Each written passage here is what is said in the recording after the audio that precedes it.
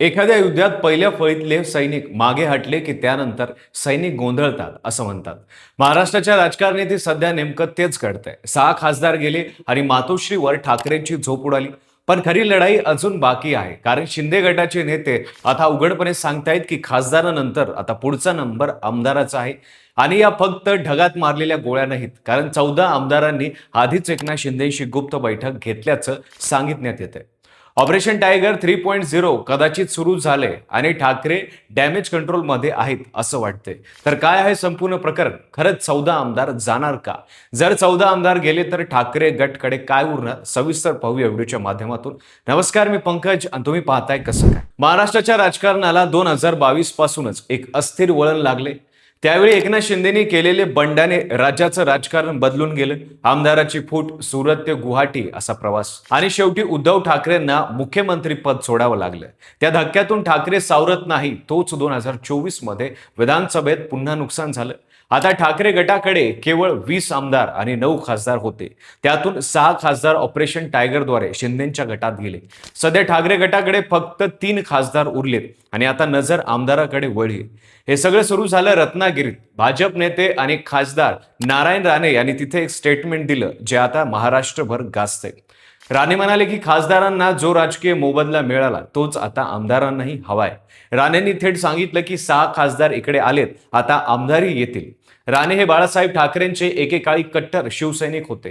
कोकणातले ढाण्या वाघ म्हणून ओळखले जायचे, पण आज तेच ठाकरेंच्या विरोधात उभे आहेत आणि त्यांचं हे विधान हलक्यात घेता येणार नाही. राणे पाठोपाठ मंत्री गुलाबराव पाटील यांनी तर याहून सूचक भाषण सांगितलं. ते म्हणाले की 14 नाही तर जास्तीत जास्त आमदार येतील आणि एकनाथ शिंदे दाढीवर हात फिरवतात तेव्हा ऑपरेशन टायगर सक्सेस होतो असा इशारा त्यांनी दिला. गुलाबरावांच्या या शब्दांनी ठाकरे गटात जे वातावरण आहे ते आणखीन ढवळून निघालं. यानंतर एक मोठी बातमी आली. विश्वसनीय सूत्रांनुसार ठाकरे गटाच्या 20 आमदारांपैकी 14 आमदारांनी एका अज्ञात ठिकाणी उपमुख्यमंत्री एकनाथ शिंदेशी गुप्त बैठक घेतली. त्या दिवशी शिंदे स्वतः विधिमंडळात गैरहजर होते आणि याच कारणामुळे ते गैरहजर असल्याचं सांगितलं जातं. ही बैठक जर खरोखरच झाली असेल तर ऑपरेशन टायगर 3.0 केवळ चर्चेपुरतं राहिलेलं नाही, ते मैदानात सुरू झालं आहे. आता काही न्यूज चॅनलच्या बातम्यानुसार 16 आमदार शिंदेच्या थेट संपर्कात असल्याचंही सांगण्यात येते. त्यातील 4 आमदारांनी तर शिंदेंना भेटल्याचंही उघड झाले. नारायण राणेच्या या स्टेटमेंट नंतर लगेच उद्धव ठाकरेंनी आपल्या आमदारांची तातडीने बैठक बोलवली. शिवालय या पक्षाच्या कार्यालयात ही बैठक झाली, पण या बैठकीलाच 20 पैकी फक्त 16 आमदार उपस्थित राहिले. संजय पोतनीस, राहुल पाटील, संजय दरेकर आणि सुनील शिंदे हे 4 आमदार गैरहजर राहिले. आता यात विशेष काय असा प्रश्न तुम्हाला पडेल, तर सांगतो. पावसाळी अधिवेशन सुरू असताना सर्व आमदार मुंबईतच असतात, त्यामुळे बैठकीला येणं कठीण नव्हतं. तरी 4 आमदार गैरहजर राहिले आणि त्यांनी वेगवेगळी कारण सांगितली. 2022 मध्ये बंड होण्यापूर्वी याच पद्धतीनं अशी अनुपस्थिती, मग स्पष्टीकरण आणि नंतर थेट बंड असं झालं होतं. यानंतर 2 दिवसात महाविकास आघाडीची बैठक झाली. तिथेही 60 पैकी फक्त 37 आमदार उपस्थित राहिले. 23 आमदारांनी दांडी मारली आणि खुद उद्धव ठाकरेंनी आपण खरोखरच एकत्र आहोत का अशा शब्दात नाराजगी व्यक्त केली. याशिवाय एक महत्वाचा मुद्दा म्हणजे ऑपरेशन टायगर हे एकट्या शिंदेचं नव्हतं. या ऑपरेशन मागे मुख्यमंत्री देवेंद्र फडणवीस यांचीही मोलाची भूमिका असल्याची माहिती सूत्रांनी दिली आहे. जानेवारी 2026 मध्ये भाजपच्या केंद्रीय नेतृत्वाने या ऑपरेशनला हिरवा कंदील दिला आणि एप्रिल पासून मोहीम सुरू झाली. त्यामुळे हे केवळ शिंदेचं राजकीय इंजन नाही, भाजप महायुतीची संपूर्ण ताकद यामागे असल्याचं दिसतंय.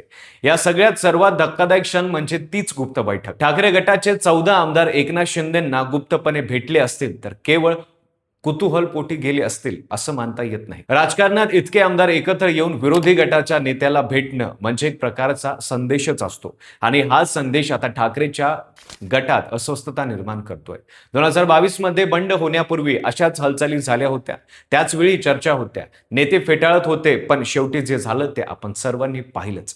या सगळ्या घडामोडींवर ठाकरे गट एकच उत्तर देतोय, आमचे सर्व आमदार एकनिष्ठ आहेत, कोणतेही नाराजगी नाही. पण त्याच वेळी उद्धव ठाकरे स्वतः 6 फुटीत खासदारांच्या मतदारसंघात जाऊन दौरे करणार आहेत, आपल्या कार्यकर्त्यांच्या आणि पद अधिकाऱ्यांच्या बैठका घेणार आहेत. याचा स्पष्ट अर्थ असा आहे की फुटलेल्या खासदारांमुळेच तिथल्या आमदारवरही प्रभाव पडू नये यासाठी उद्धव ठाकरे स्वतः मैदानात उतरले.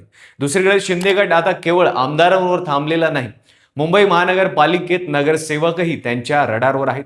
शिंदे गटाच्या नेत्यांनी उघडपणे सांगितलं की ठाकरेंसोबत किती नगरसेवक राहतात ते बघा. यामुळे मनसेने धोका ओळखला आहे. राज ठाकरेंनी आपल्या शिवतीर्थ निवासस्थानी माजी नगरसेवकांची तातडीने बैठक बोलावली.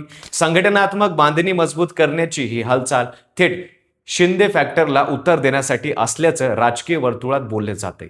एकूण चित्र असं आहे की सध्या ठाकरे गटाकडे 20 आमदार आहेत. त्यातील काही जण शिंदेच्या संपर्कात असल्याचं सांगितलं जाते. फुटण्यासाठी 2/3 म्हणजे 14 आमदाराची गरज असते. हे राजकीय गणित आहे आणि नेमका हाच आकडा वारंवार समोर येतोय. अर्थात अद्याप कोणताही ठोस पुरावा नाही, कोणतं नाव अधिकृत जाहीर झालेलं नाही. पण राजकारणात जेव्हा इतक्या संख्येनं संकेत येतात तेव्हा निव्वळ योगायोग असेल असं म्हणणं कठीण आहे. महाराष्ट्राच्या राजकारणाला आता एक विचित्र सवय लागलेली आहे. इथं जे बोललं जात नाही ते घडतं आणि जे ठामपणे नाकारलं जातं ते तर 100% होतं. 2022च्या बंडाच्या वेळी याच गोष्टी झाल्या होत्या. तेव्हाही चर्चा होत्या, तेव्हाही फेटाळलं गेलं आणि तेव्हाही अचानक बैठका बोलवल्या गेल्या. आता 2026 मध्ये पुन्हा त्याच पद्धतीनं हे सगळं होतंय का हे येणारं वेळ सांगेल. पण एक प्रश्न राहतो, एखाद्या पक्षाची ताकद ही केवळ आमदाराच्या संख्येत असते का, की त्या मतदारसंघातील पक्षाच्या पाठीशी असणाऱ्या मतदारामध्ये?